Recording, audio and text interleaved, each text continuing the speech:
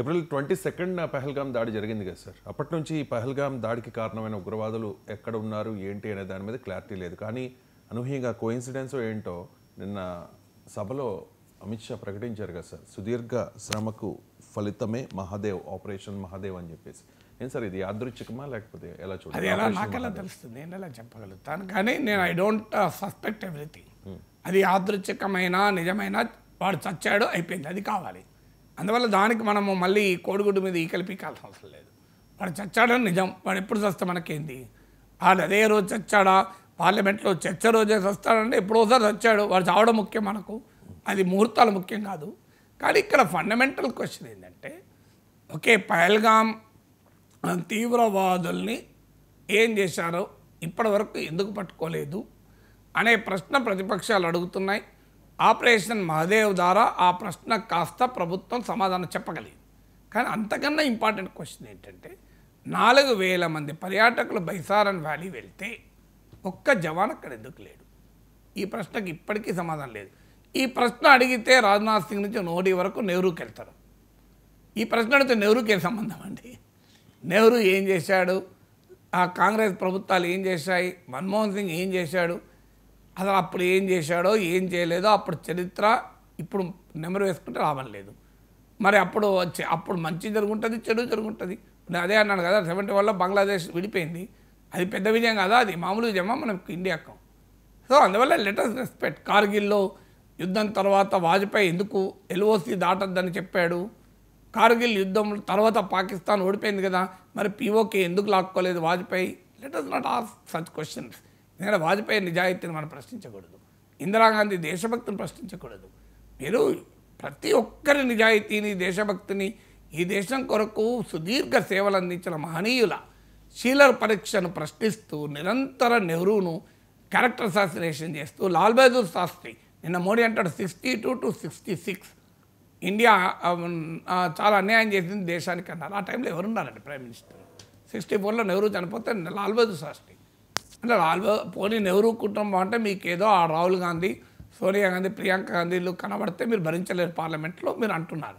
కానీ లాల్ బహదూర్ శాస్త్రి ఏం చేశాడండి? అన్యాయం కదా. మీరు అటల్ బిహారీ వాజ్పేయి ఏం చేశాడు? 2014 ముందంతా దేశం లొంగిపోయింది అంటాడు మోడీ. అన్యాయం కదా. వాజ్పేయి లాంటి మహనీయుల్ని దేశభక్తి ప్రశ్నించడం, అవమానించడం అంటే. సో క్వశ్చన్ అది కదా. ఆ చరిత్రలో నిన్ను అడిగిన సూటి ప్రశ్న ఏంటంటే, అయ్యా ప్రియాంక గాంధీ ప్రశ్న అడిగింది, మన ఎంపీలు ఇక్కడ ఉన్న ప్రతి మెంబర్కు సెక్యూరిటీ ఉంటుంది, మరి 4,000 మంది పర్యాటకులు పోతే ఎందుకు మీరు సెక్యూరిటీ కల్పించలేదు? అది పహల్గామ్, అది కాశ్మీర్, అది తీవ్రవాద పీడిత ప్రాంతం. పహల్గామ్లోనే గతంలో తీవ్రవాద దాడులు జరిగాయి. అది Amarnath valley base camp, Amarnath యాత్ర బేస్ క్యాంప్, అమర్నాథ్ యాత్రకు రిజిస్ట్రేషన్ మొదలైంది. ఇంతకన్నా ఇక సెక్యూరిటీకి ఇంపార్టెంట్ ఏదైనా ఉందా? ఒకవైపు ప్రభుత్వము, మోడీ, అమిత్ షా అందరూ కాశ్మీర్లో నార్మల్సీ వచ్చేసింది, సాధారణ పరిస్థితులు వచ్చాయి, రండి కాశ్మీర్ చూడండి, అందమైన కాశ్మీర్ మీరే పిలిచారు, మీరే పిలిచి మీరే సెక్యూరిటీ ఇవ్వలేదు. అది కదా క్వశ్చన్. ఇప్పుడు మరి ఆ 26 మంది ప్రాణాలు పోవడానికి ఎవడు బాధ్యుడు? మీరు కనుక ఒక 4 జవాన్లు ఉండుంటే తీవ్రవాదులు వచ్చేవాళ్ళు అక్కడికి. ఎందుకంటే తీవ్రవాదులు చాలా పిరికి పొందారు, వాడి ప్రాణం పోతాడు, వాడు రాడు. ఇక్కడ క్వశ్చన్ కూడా ఏమొచ్చింది, మీరు ముంబై దాడులప్పుడు ఏం చేయలేదని అడిగితే అప్పుడు ప్రియాంక గాంధీ ఆన్సర్ చేసింది, ముంబై దాడులప్పుడు ఏం చేయకపోవడం ఏంటి, అజ్మల్ కసమ్ మినహా అందరినీ అక్కడే ఆన్ ది స్పాట్ మట్టు పెట్టాం, ఆ అజ్మల్ కసమ్ను కూడా పట్టుకొని ఉరి తీసాం, పహల్గామ్ తీవ్రవాదులు మరి ఎక్కడ మట్టు పట్టారని అడిగారు క్వశ్చన్. ఇప్పుడు ముంబై దాడులప్పుడు ఏమీ చేయలేదంటే క్వశ్చన్ రాదా? మన కళ్ళ ముందటే కదా, ముంబై నది వీధుల్లో కదా అందరిని కథం చేశాం. సో అందువల్ల letters not suspect our governments.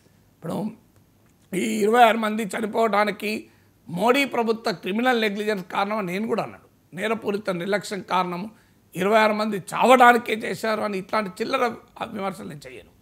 కానీ there is a security labs. ఇది ఆల్ పార్టీ మీటింగ్లో అమిత్ షాని అంగీకరించినట్టు కూడా వచ్చింది.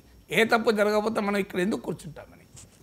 మరి ఇంటెలిజెన్స్ వైఫల్యమా, భద్రతా లోపమా? 4,000 మంది అక్కడ ఒక ఎంపీ పోయి ఉంటే పాప 4,000 మంది బతికేవాళ్ళు.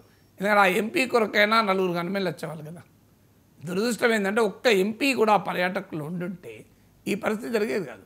అంటే ఎంపీల భద్రతకోమో విఐపీల భద్రతకు ఇంత ఖర్చు పెడతామే, సామాన్య ప్రజల భద్రతకు మీరు 5 ఎందుకు ఖర్చు పెట్టారు అని క్వశ్చన్. ఈ ప్రశ్న అడిగితే మళ్ళీ నెహ్రూ, మళ్ళీ ఇందిరాగాంధీ హిస్టరీలోకి పోవడం తప్ప ఏ క్వశ్చన్ అడిగినా హిస్టరీలోకి వెళ్ళాను నిన్న. ఇక వెళ్ళి 1947 నుంచి మొదలు పెట్టుకుని చరిత్ర అంతా చెప్పడం. So lessons in history cannot be the answer to the questions in the present times. నేటి పరిస్థితుల్లో అడుగుతున్న ప్రశ్నలకు చరిత్ర పాఠాల సమాధానాలు కావు. నేను అందుకే నిన్న ఉదాహరణ కూడా చెప్పాను. మీరు క్రికెట్ టీంలో కొత్తగా ఒక ప్లేయర్ తీసుకుంటారు, పాత ప్లేయర్ బాగా ఆడలేదని, వాడు ఒక 5 రన్లు కొట్టే వచ్చేస్తాడు. నీ మీద ఎన్నో ఆశలతో నిన్ను టీంలో తీసుకున్నాం, నువ్వు 5 రన్లు కొట్టే వచ్చావు అని అడిగితే నేను ఒక్కరినే 5 రన్లు కొట్టి ఆచానా, 2024లో ఇంకో ఇంతమంది 5 రన్లు చేశారు, 0 చేశారు, 2010లో చేశారు, 1972లో చేశారు, 1948లో చేశారు. వాళ్ళందరూ డక్అవుట్ అయితే ఏం లేదు నన్నే అంటారా అని అడిగితే ఏం సమాధానం ఉంటుంది? అసలు దానికి ఆన్సర్ ఉంటుందా? అయ్యా నిన్ను ఎన్నో ఎక్స్పెక్టేషన్తో మ్యాచ్లోకి దించితే నువ్వు 5 రన్లే ఎందుకు కొట్టావంటే answer is not 48 cricket match, answer is not 53 cricket match కదా. అప్పుడు మోడీ ఆన్సర్ అదే ఉంది. అయ్యా మీరు భద్రత ఎందుకు కల్పించలేంటే నెహ్రూ 1948నే నెహ్రూజీనే అని మొదలుపెట్టాడు. కాదయ్యా ఇంటెలిజెన్స్ వైఫల్యం ఉందా అంటే 1962నే నెహ్రూనే అన్నారు. అయ్యా 4000 మంది పర్యాటకులు ఉన్నా మీరు ఒక్కరిని జవాన్ ఎందుకు పెట్టాలంటే 1967నే నెహ్రూ ఇందిరాగాంధీనే అన్నాడు. అసలు ఫస్ట్ డేట్ ఆన్సర్ నాకు చెప్పండి, దానికి ఏమన్నా ఉందా పొంతనా?